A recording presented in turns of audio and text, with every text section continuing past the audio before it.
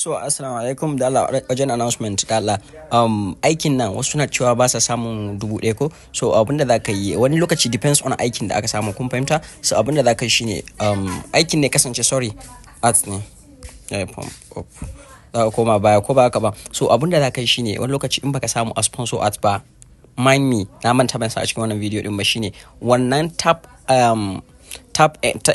ads tab nan kun fahimce ni, gashi nan a saman nan ga sponsor na biyun shi. Na farko daga dashboard sai sponsor daga dashboard sai ad tab sai sponsor ba, to zaka je wurin ad tab nan misali for instance kun ga danna shi, so kun ga sam wannan abu ne, to zaka ringa dubawa ne duka biyu, depends, wata rana za can wata rana za na, so ku ga balance din ku sam. So zaka danna perform misali kun ga shi ma joining group din ne akai as same as that, kun fahimta ai.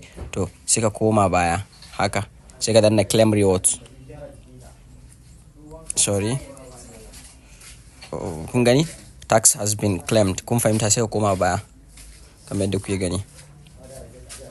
To masha Allah kun ga ya karu. So mind me da Allah da wannan da wancan kullum mutum ya ringa duba, duk wanda aka sa kawai zaka samu 1,000, duk wanda aka sa. So wanda suka yi wancan ba za su yi wannan ba, kun fahimta ai. So Allah ya taimaka, Allah ba mu sa'a.